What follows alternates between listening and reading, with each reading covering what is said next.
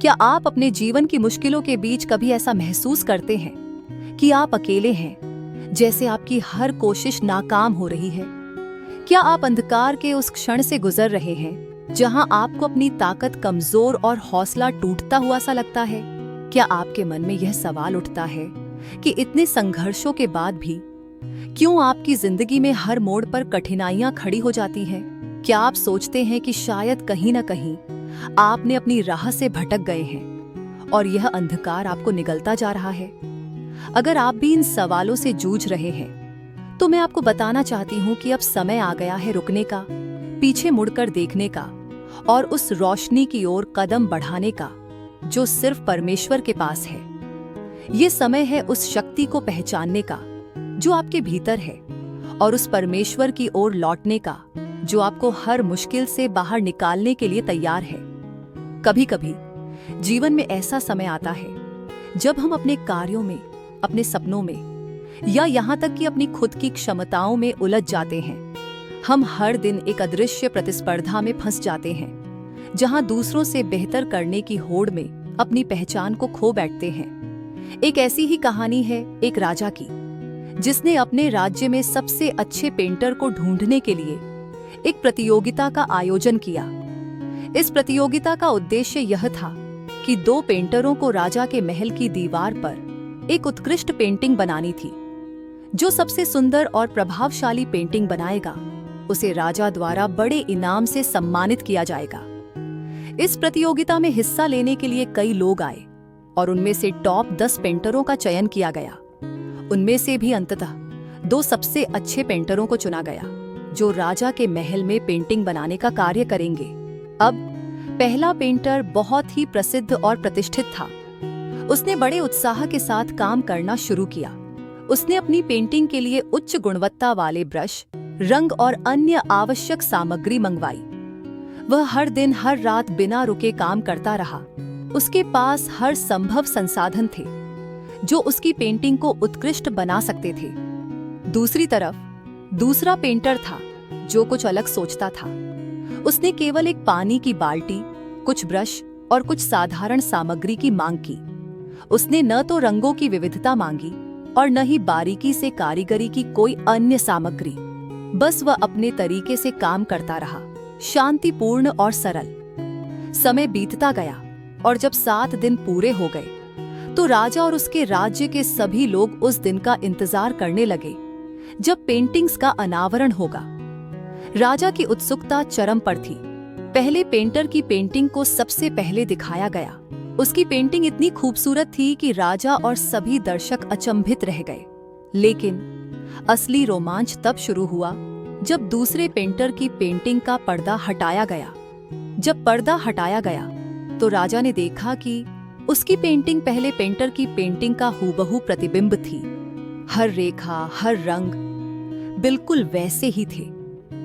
राजा को यह देखकर बहुत आश्चर्य हुआ कि बिना अधिक संसाधनों के और बिना किसी अत्यधिक मेहनत के दूसरा पेंटर कैसे पहले पेंटर की पेंटिंग का एकदम सटीक चित्रण कर सका। राजा ने दूसरे पेंटर से पूछा, तुमने यह कैसे किया? यह तो असंभव लगता है। दूसरे पेंटर ने मुस्कुराते हुए जवाब दिया, महाराज, मैंने कोई पेंटिंग नहीं बनाई है। मैंने उस दीवार को सिर्फ इतना रगड़ा, इतना साफ किया कि वह एक दर्पण की तरह चमकने लगी और जो कुछ भी पहले पेंटर ने उधर पेंट किया था वही मेरी दीवार पर प्रतिबिंबित हो गया। यह सुनकर राजा और सभी लोग अचंभित रह गए। यह कोई साधारण पेंटिंग नहीं थी, यह उस व्यक्ति की सोच और दृष्टिकोण का प्रतीक थी।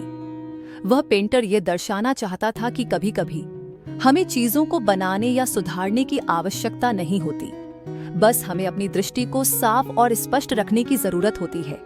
जब हम अपने जीवन के आईने को साफ कर लेते हैं तो उसमें परमेश्वर का प्रतिबिंब दिखने लगता है। परमेश्वर का वचन भी हमें यही सिखाता है। जब हम दूसरे कुरिन्थियों का 3 अध्याय 18वीं आयत पढ़ते हैं तो उसमें लिखा है, हम सब बिना किसी आवरण के प्रभु का तेज देखते हैं जैसे एक दर्पण में, और हम उसी तेजस्वी रूप में बदलते जाते हैं जैसा कि हम उस पर ध्यान केंद्रित करते हैं। यह आयत हमें याद दिलाती है कि जब हम अपने जीवन की दीवारों को साफ करते हैं, जब हम अपने मन और आत्मा को शुद्ध करते हैं तो हम परमेश्वर के रूप में बदलने लगते हैं। जैसे दर्पण में हम अपना प्रतिबिंब देखते हैं, वैसे ही जब हम परमेश्वर के करीब आते हैं तो हम उसकी समानता में बदलने लगते हैं। हमारे चेहरों से हर नकाब हट जाता है और हम उसकी महिमा में बढ़ते चले जाते हैं। यह कहानी और यह बाइबल का संदेश हमें सिखाता है कि जीवन में हर तरह की परेशानी, तनाव और संघर्षों के बीच हमें अपनी दृष्टि को साफ रखना चाहिए। हमें अपने दिल और दिमाग को शुद्ध करना चाहिए ताकि हम परमेश्वर के तेज को अपने जीवन में देख सकें। अगर आप भी अपनी जिंदगी के संघर्षों से जूझ रहे हैं, अगर आपको भी ऐसा महसूस होता है कि आप कहीं ना कहीं अपने लक्ष्य से भटक गए हैं, तो एक बार ठहर कर सोचिए, क्या आपका दर्पण साफ है? क्या आपके जीवन की दीवारें इतनी चमकदार हैं कि उसमें परमेश्वर का प्रतिबिंब दिख सके? यहाँ पर हमें अपनी दिशा और दृष्टि को सही रखने की जरूरत है, क्योंकि जैसे ही हम अपने जीवन को शुद्ध करते हैं, जैसे ही हम अपने दिल को परमेश्वर के लिए खोलते हैं, वैसे ही उसकी महिमा और शक्ति हमारे जीवन में प्रकट होने लगती है। इस पहले हिस्से का सार यही है कि हमें अपने जीवन को परमेश्वर के रूप में बदलने के लिए, उसकी समानता में ढलने के लिए अपनी आत्मा और मन को शुद्ध करना होगा। जब हम यह कर लेंगे तो हमारे जीवन की दीवारें एक दर्पण की तरह बन जाएंगी, जिसमें परमेश्वर की महिमा प्रतिबिंबित होगी। जीवन में जब कठिनाइयां आती हैं, तब अक्सर हमारी पहली प्रतिक्रिया होती है हताशा और निराशा में घिर जाना। लेकिन परमेश्वर के वचन हमें सिखाते हैं कि कठिनाई के समय हमें उससे और भी अधिक जुड़ना चाहिए। सोचिए, जब हम एक गहरे काले अंधकार में होते हैं तो हमें रोशनी की कितनी अधिक जरूरत होती है। ठीक वैसे ही जब जीवन में निराशा और संघर्ष के बादल घिर आते हैं, तब हमें परमेश्वर की उपस्थिति और उसकी दिशा की ओर और भी अधिक ध्यान केंद्रित करना चाहिए। वचन में लिखा है, प्रभु यीशु ने कहा, मैं संसार की ज्योति हूं, जो कोई मेरी पीछे चलेगा वह अंधकार में न चलेगा परंतु जीवन की ज्योति पाएगा। यूहन्ना 8:12।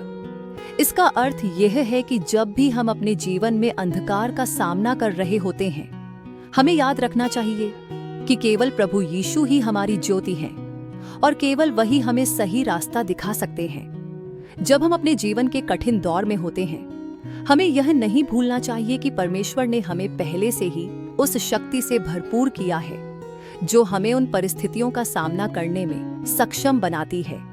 इफिसियों के पत्र में लिखा है, इस कारण मैं घुटनों के बल परमेश्वर के सामने झुकता हूँ कि वह अपनी महिमा के धन के अनुसार तुम्हें अपने आत्मा के द्वारा बलवंत करे और तुम्हारे भीतरी मनुष्यत्व में सामर्थ्य दे। इफिसियों 3:16। यह वचन हमें याद दिलाता है कि परमेश्वर की आत्मा हमें आंतरिक बल देता है जो हमें कठिन परिस्थितियों में स्थिर रहने में मदद करता है। अब जब हम यह समझते हैं कि हमें परमेश्वर के साथ संबंध बनाए रखने की कितनी जरूरत है, तो अगला सवाल यह उठता है कि हम इस संबंध को कैसे मजबूत कर सकते हैं। इसका जवाब बहुत सरल है, प्रार्थना के द्वारा। प्रार्थना न केवल हमारी आत्मा को शांत करती है, बल्कि हमें परमेश्वर की शक्ति और मार्गदर्शन से भी जोड़ती है। वचन में कहा गया है, हर समय और हर प्रकार से आत्मा में प्रार्थना और विनती करते रहो और इसी कारण जागते रहो और सब पवित्र लोगों के लिए लगातार विनती किया करो।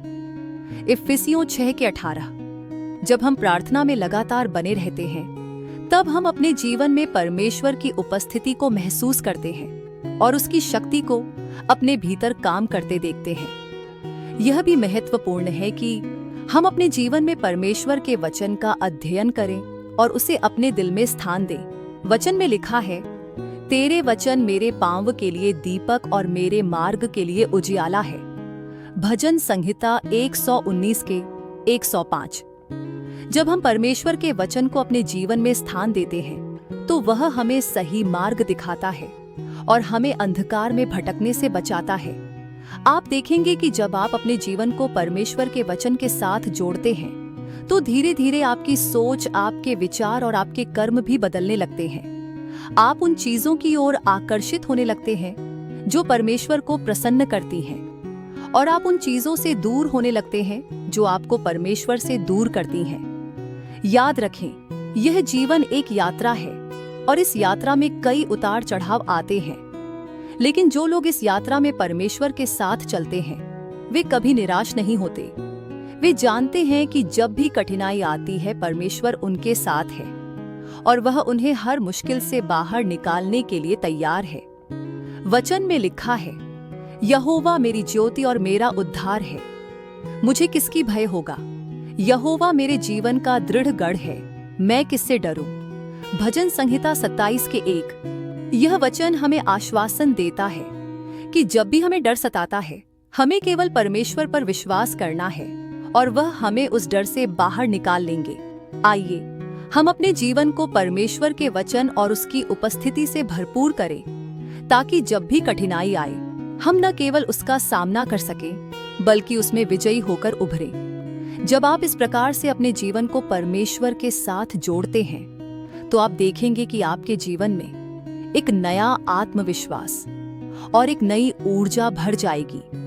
और यही वह समय होता है जब आप दूसरों के लिए भी एक प्रेरणा स्रोत बन जाते हैं। प्रभु यीशु मसीह के साथ यह यात्रा कभी आसान नहीं होती, लेकिन यह यात्रा आपको एक ऐसी मंजिल तक ले जाती है जहां आप शांति, प्रेम और अनंत जीवन पाते हैं। यह यात्रा आपको केवल एक बेहतर इंसान नहीं बनाती, बल्कि यह आपको परमेश्वर के करीब लाती है और आपको उसकी महानता का हिस्सा बनाती है। यही वह सच्चाई है जिसे हमें अपने जीवन में स्वीकार करना है और उसे अपने दिल में जगह देनी है। जब हम इस सच्चाई को स्वीकार कर लेते हैं तब हम अपने जीवन में एक नई शुरुआत करने के लिए तैयार होते हैं। ये एक ऐसी शुरुआत होती है जहां परमेश्वर के साथ हमारा संबंध और भी मजबूत हो जाता है और जहां हम उसके तेज और उसकी महिमा को अपने जीवन में अनुभव करते हैं। इस तरह हम अपने जीवन को उस दर्पण की तरह बना सकते हैं जो परमेश्वर के गुणों को प्रदर्शित करता है, और हम उस चमत्कार का हिस्सा बन सकते हैं जो परमेश्वर हमारे जीवन में करना चाहता है। बस हमें उसकी ओर देखना है, उसकी आवाज सुननी है और उसके साथ चलना है।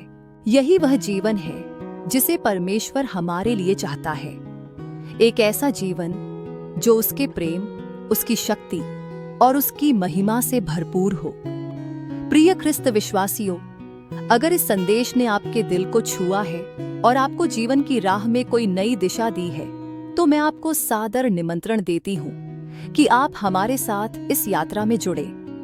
हमारी YouTube channel sacred script source को सब्सक्राइब करें ताकि हर रोज आप ऐसे ही प्रेरणादायक और आध्यात्मिक संदेश प्राप्त कर सकें।